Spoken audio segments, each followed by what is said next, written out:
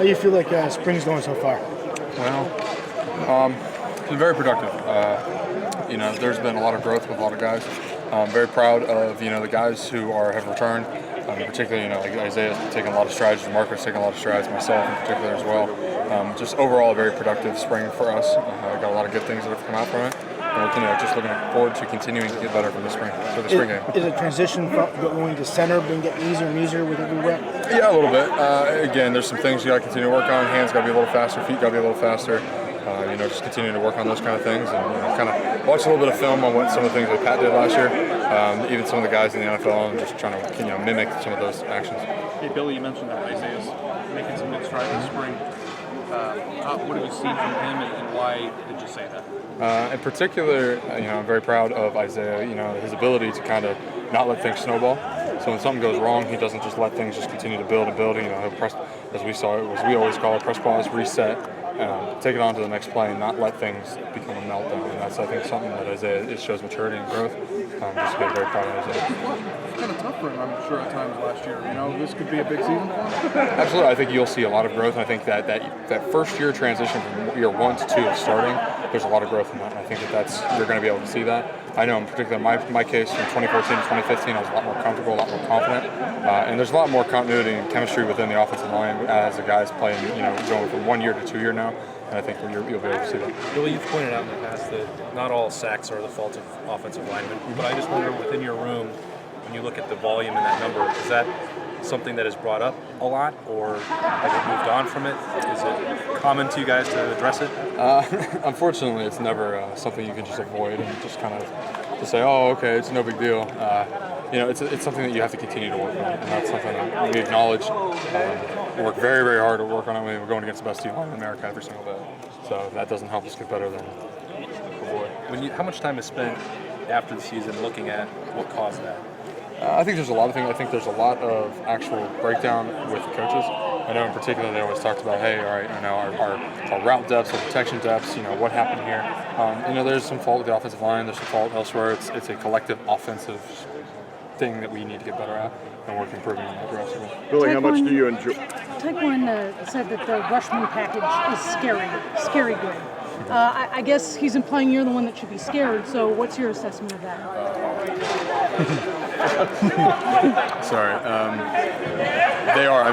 They're a talented group over there. There's nothing, you can't take anything away from any of them.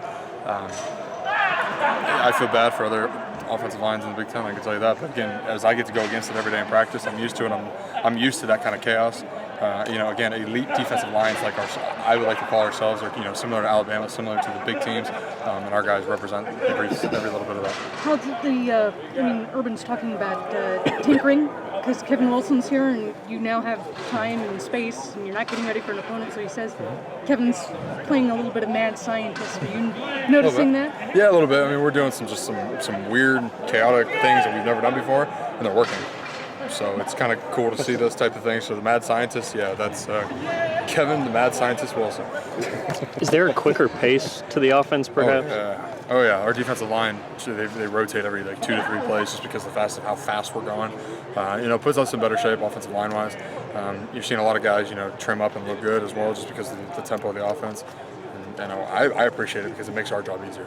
Do you feel, you've been a part of teams that have played so quickly, and do you think you guys are getting back to that, and that plays to your guys' strengths? Mm-hmm, absolutely, because again, the defense isn't able to get set and to reset and to see what the offense is presenting itself. As we're getting down set, snap the ball, let's go.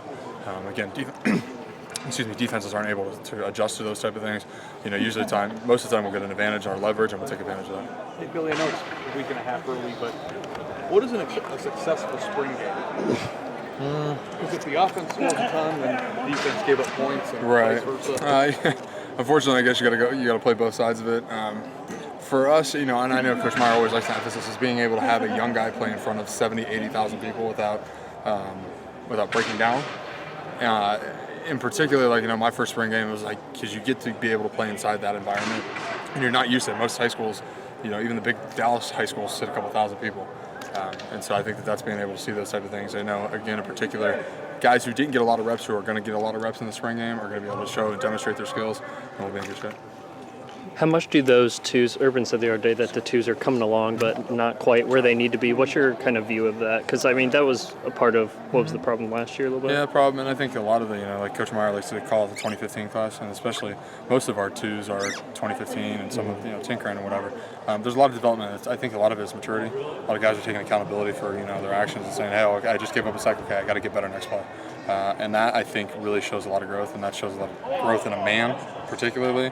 And life outside of football, if you take accountability, good things are going to happen too. So I think that's huge in our second group right now. And you mentioned the maturity for Isaiah Prince. Is that part of that, trying to be a vocal leader for that 2015 class?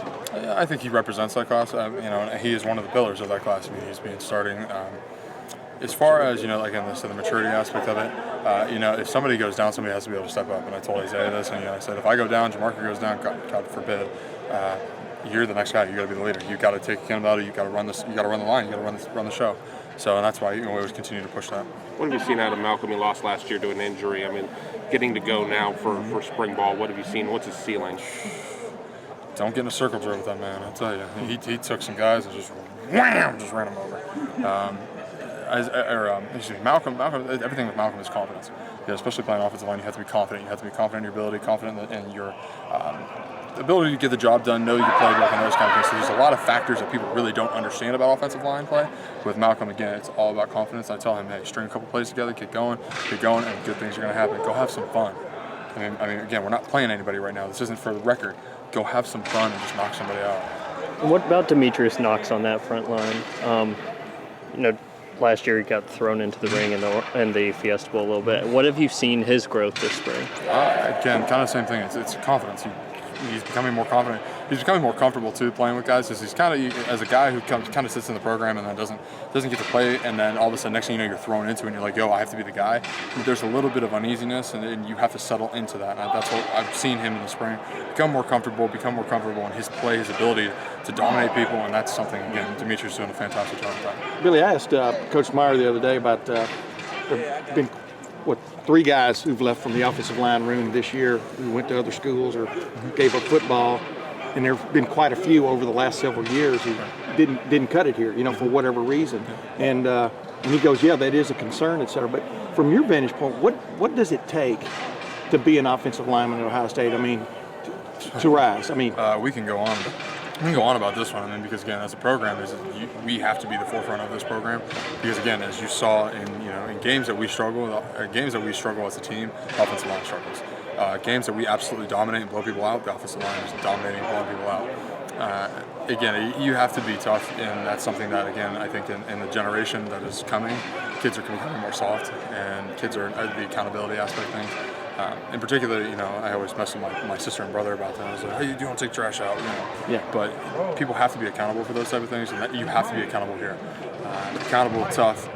You gotta be smart. I mean, you can't come in and play offensive line and be the quarterback of the offense, essentially, up front without knowing your playbook. Mm-hmm. So again, we're seeing a lot of guys put in that time, and have that accountability and that maturity growth to really be able to demonstrate what it means to be an offensive lineman. did it help you that you were a defensive lineman? I mean, in your mind, at least coming in, does that kind of add to the toughness factor? I mean, I'm not casting aspersions. I'm just saying, has that helped you along? In particular, you have to be a defensive lineman to have that kind of toughness. Yeah. It's kind of, you do or you don't. I mean, it's something that Coach Warner and the coaches, Coach Rabel, when I was first here, kind of helped install and continue to develop and grow in me. But again, it's a choice. It's do you really want this, or do you want to take the easy route out?